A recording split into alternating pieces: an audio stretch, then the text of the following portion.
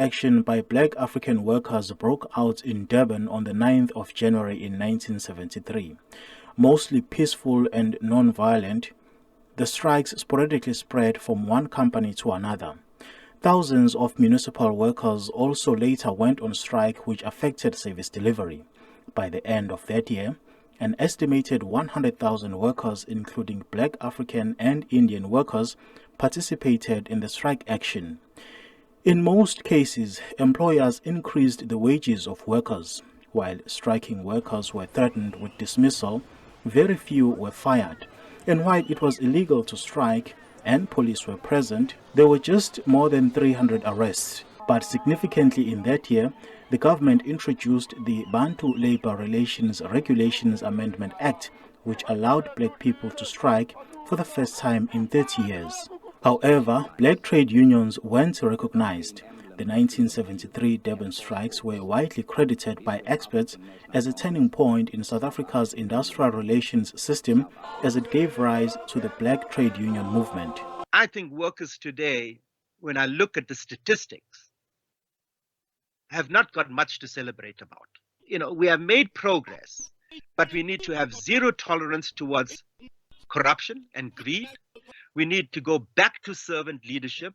We need greater transparency. We need workers themselves to now control the union movement as we did in our day. And we need to build a broader social consensus on what is going to work. Naidu says the current economic problems are complex in nature and that unions should unite to create work opportunities for unskilled young school leavers. In this period of transition, we need to be completely united. And unfortunately, the union movement in South Africa has become more fragmented than it was in my time. I think an absolute priority of the trade union movement today is unity between the different federations and bringing the focus back not only to what it is that we can do to protect the rights of existing workers, but how do we create pathways of hope and opportunity for younger people? Given that South Africa today, 60 to 70% of young people, black youth, coming out of 12 years of education, have very few skills, no jobs, unlikely to have a job in their lifetime. The current Cosatu leadership says criticism against labor union leaders are often justified. President Zingiswa Losi says the objectives of having one union per sector can help to unite workers. The federation itself currently has 15 affiliated unions. Losi conceded that some union leaders have put their ambitions above those of the workers.